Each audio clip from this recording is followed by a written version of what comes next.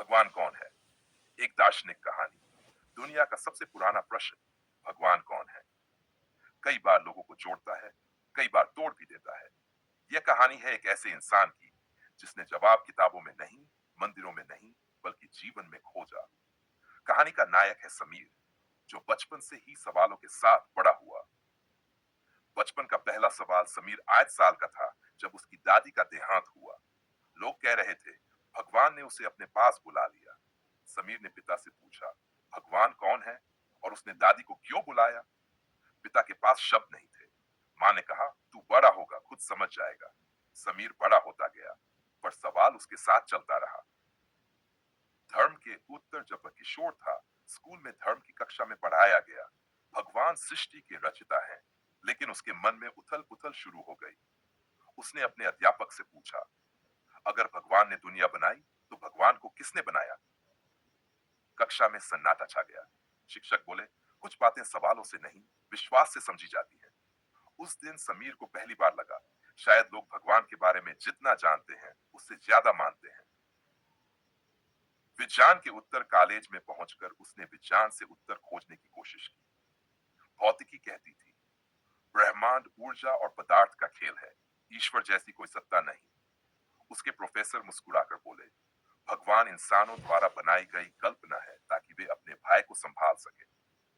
समीर का मन डगमगाया। अगर भगवान नहीं है तो लोग किससे प्रार्थना करते हैं? दुनिया किसके न्याय पर भरोसा करती है? वैज्ञानिक उत्तर सही लगे, पर अधूरे। प्रेम का उत्तर जीवन में प्रेम आया, अनामिका। उसके साथ रहते हुए समीर पहली बार भरपूर खुशी महसूस करने लगा। एक दिन अनामिका ने कहा, जब मैं तुम्हारे साथ होती हूँ तो लगता है भगवान है। समीर चौंक गया। क्यों? क्या भगवान प्रेम है? अनामिका ने केवल उसका हाथ पकड़ा और कहा, प्रिय जो हमें जीवन महसूस कराए वही भगवान है। नाम नहीं, अनुभव है भगवान।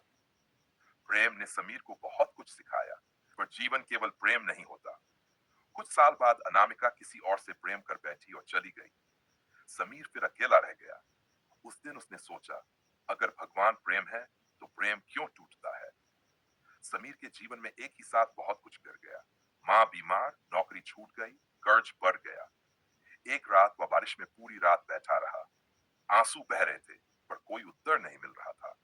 उसे लगा, अगर भगवान है तो मुझे इस दुख में अकेला क्यों छोड़ दिया? उसने तारे भरे आसमान की तरफ देखा और चीख पड़ा, अगर तुम हो तो दिखाई क्यों नहीं देते? जवाब क्यों नहीं देते? पर आसमान मौन था। उसे लगा, शायद सच में भगवान नहीं है।